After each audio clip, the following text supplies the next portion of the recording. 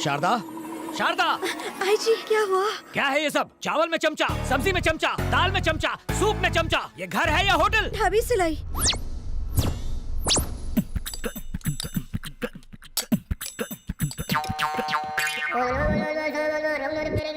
कुछ सीखो, किस तरह घर का राशन बचाते हैं। अगर चावल चम्मच से लेते हो तो घी कैसे लेते हो? और बचे हुए चावल का क्या करते हो? नींबू मिला के उसे ब्रेकफास्ट में खाते हैं। फर्श पर चावल गिरे तो उसे भी चाटते हो क्या?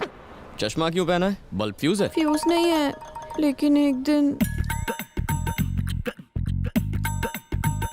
आंखें ठीक है तो चश्मा क्यों? चश्मा पहनकर आंटी दिखोगी तो कोई लफंगा छेड़ेगा नहीं। माँ, कंजूस हिटलर तो पूरा साइको लागे छे। मैंने तो अपने बारे में सब बता दिया, अब तुम्हारी बारी है। पापा कहते हैं आवारा लोग बिल्कुल निकम्मे होते हैं। तुम कोई ठीक ठाक सा जॉब क्यों नहीं कर लेते? जॉब है ना, इसका होटल है, ये एस्टेट एजेंट है, ये शेयर्स में और ये ट्रैवल्स में है। और तुम क्या काम करते हो? इन सबको बिजनेस आइडियाज देता हूँ। कंसल्टेंसी फर्म है, ये एक बिजनेस करते हैं लेकिन मैं 4 बिजनेस करता हूँ। अगर क्लियरली बताऊँ तो बिना कोई काम किए काफी बिजी। घंटी बजी तो ये वाइब्रेट मोड पे क्यों चली गई? हेलो अनु, कहाँ हो तुम? सर, ऑफिस की टॉयलेट में हूँ सर, 5 मिनट में आ रही हूँ। जल्दी आओ। ठीक है। इतनी टेंशन में क्यों? मेरा बॉस है, टॉर्चर करता है। डिटेल में बताओ। भानुमति, जी कम इन। सर, आपने बुलाया? हमने बुलाया और तुम दौड़ी चली आई, है ना? हाँ। अब जाओ। फिर आती हूँ सर।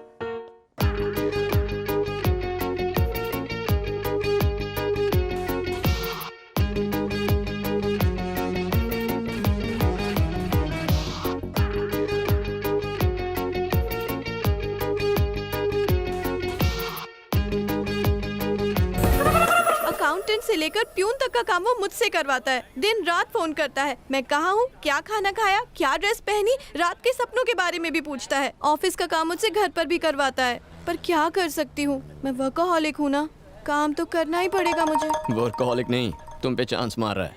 चांस कैसे मारते हैं? क्या लड़की है, चांस मारने का मतलब नहीं पता, पूरी आंटी छे। जॉब नहीं छोड़ सकती, पापा कभी परमिशन नहीं देंगे। बॉस से भी नहीं कह सकती कि फोन ना करे, नाराज हो गए तो नौकरी से निकाल देंगे। मेरे प्रॉब्लम का कोई सोल्यूशन है तुम्हारे पास? फ्री में एडवाइस नहीं मांग रही हूँ तुमसे, पूरे 11 रुपए दूंगी तुम्हें। पूरे 11 रुपए? हाँ। नहीं, रहने दो। इतना ब्लैक मनी साथ में रखूंगा तो इनकम टैक्स वाले रेड मारेंगे। इसे चैरिटी में दे दे। यानी फ्री में दोगे? बताओ जल्दी।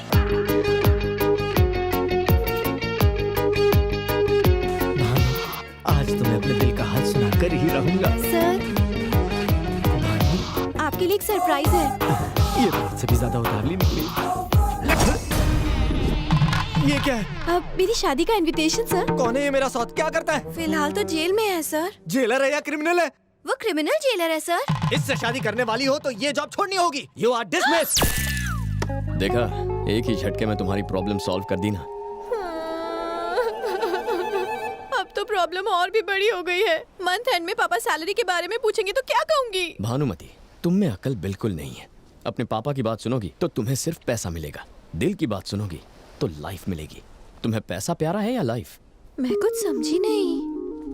माय डियर भानुमति, बात ये है कि लड़की पैदा होते ही बाप उसका लाइफ रिमोट अपने हाथ में ले लेता है। वो जैसे चाहे तुम्हें कंट्रोल कर सकता है। वो धीरे धीरे तुम्हारा ब्रेन वॉश करता है ताकि तुम उसकी हर बात मानो। वो तुम्हें कॉलेज भेजता है और चाहता है कि तुम पढ़ाई पे फुल फोकस करो, लेकिन वो तुम्हारी शादी पे फोकस करता है।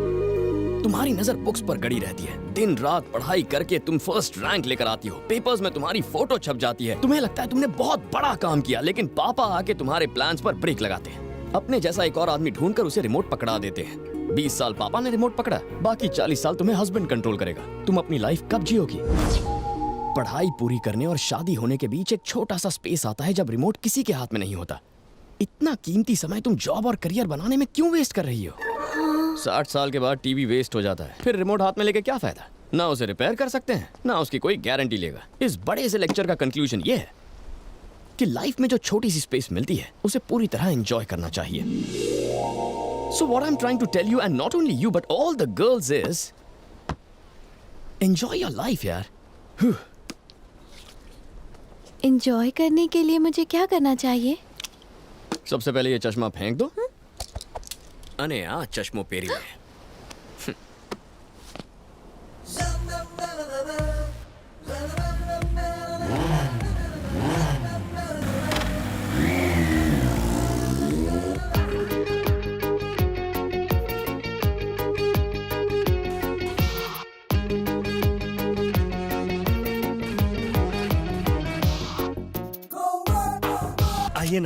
ये किसका घर है? बता दो, कैसी हो स्वाति? मैं ठीक हूँ। आपने टाइम पे 50,000 रुपए नहीं दिए होते तो मेरी बीवी और बेटी नहीं बच पाते, इसलिए हम चाहते हैं कि इसका नामकरण आप ही करें। कौन, मैं? हाँ भैया। भानुमति, उस दिन तुमने सिर्फ पैसे नहीं दिए, इसे जिंदगी दी।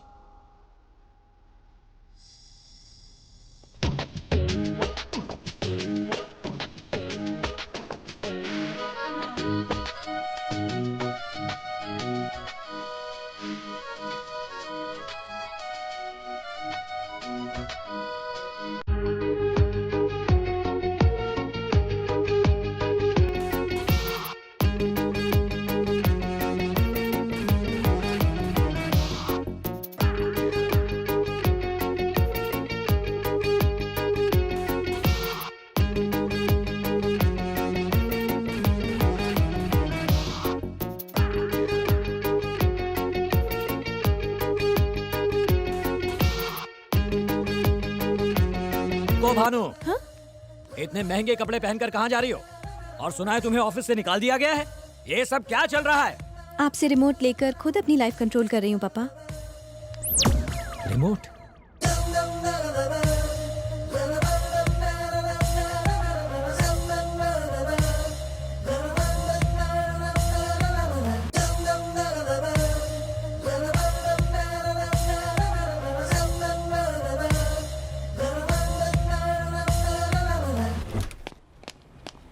आशु नाटक छे। सॉरी।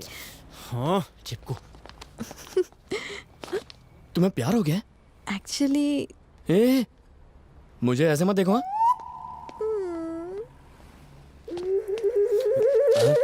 हैप्पी बर्थडे गजा। आज गजा भाई नो बर्थडे छे, तो फिर मैं यहाँ क्या कर रहा हूँ?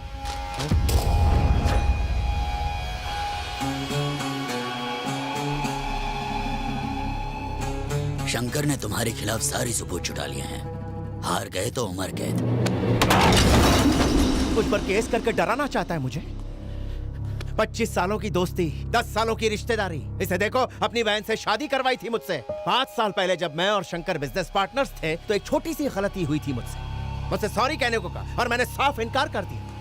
अरे हूँ गजा छू, मेरी कमजोरियों को ढूंढ के मेरे खिलाफ इस्तेमाल करना चाहता है। क्या समझता मैं डर जाऊंगा? अगर मैं जेल गया तो उसे भी जिंदा नहीं रहने दूंगा। सुनिए जी, भैया के आगे झुक जाइए। उसके आगे मैं क्यों झुकूं? वो भूल गया कि मैं उसकी बहन का पति हूँ। जेल भी चला गया तो तुम्हें कोई तकलीफ नहीं होने दूंगा। इतनी दौलत कमा ली है कि तुम्हें बच्चों की परवरिश करने में कोई तकलीफ नहीं होगी। अब तुम ही बताओ, इससे ज्यादा मैं क्या कर सकता हूँ? सॉरी बोल सकते हैं, सिर्फ सॉरी बोलना है। भाई क्यों सॉरी बोलेंगे? क्यों बोलेंगे सॉरी? हर बात में टांग अड़ाना जरूरी है क्या? और ये फैमिली मैटर है, तेरे से क्या मतलब?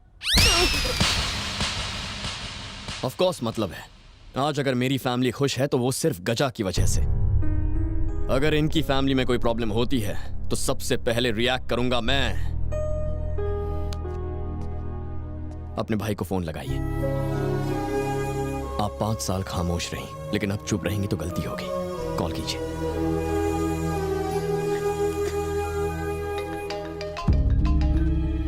हेलो भैया,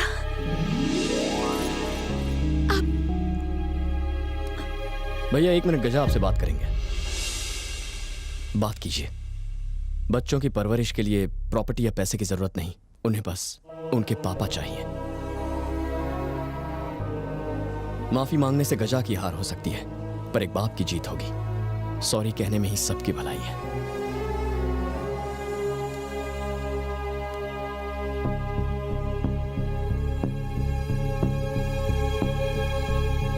सॉरी बोलो पापा।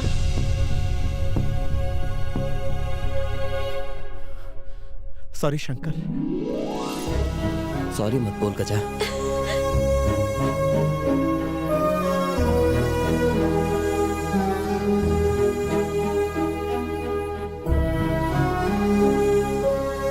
हैप्पी बर्थडे गजा। ये भाई के कुछ ज्यादा ही पास आ रहा है। वो पास नहीं आ रहा है, तुम दूर जा रहे हो। अरे 5 साल की टेंशन को तुमने 5 मिनट में सॉल्व कर दिया। ये होता असली फ्रेंड। मजा आ भी गई। ईश्वर, आज तक आपने ईमानदारी की राह पर चलने में मेरी सहायता की। 30 साल तक अपने असूलों से कभी समझौता नहीं किया। 30 दिन बाद मैं सर्विस से रिटायर होने वाला हूँ। मुझे इतना सामर्थ्य दें कि बिना भूल किए सम्मान और शांति के साथ रिटायर हो सकूं।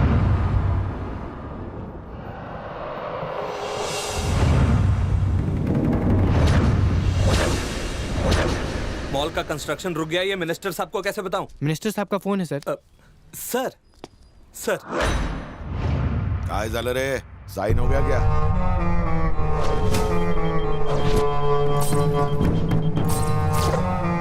नारायण मूर्ति।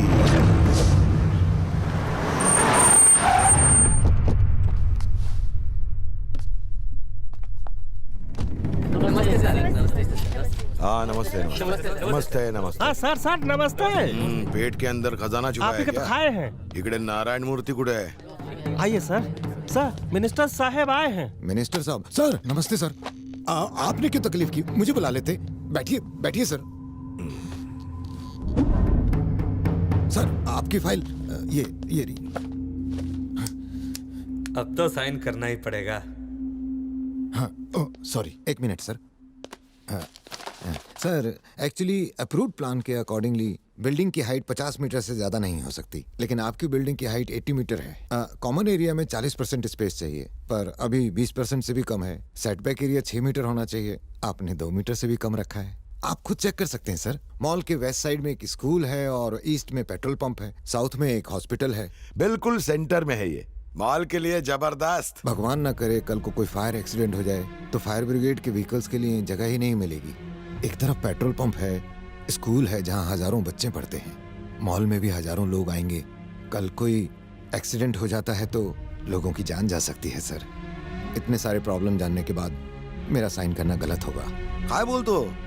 इतने प्रॉब्लम है तो फिर ट्रैफिक ने, पुलिस ने, अर्बन डेवलपमेंट डिपार्टमेंट ने बिना देख के साइन कर दिया क्या?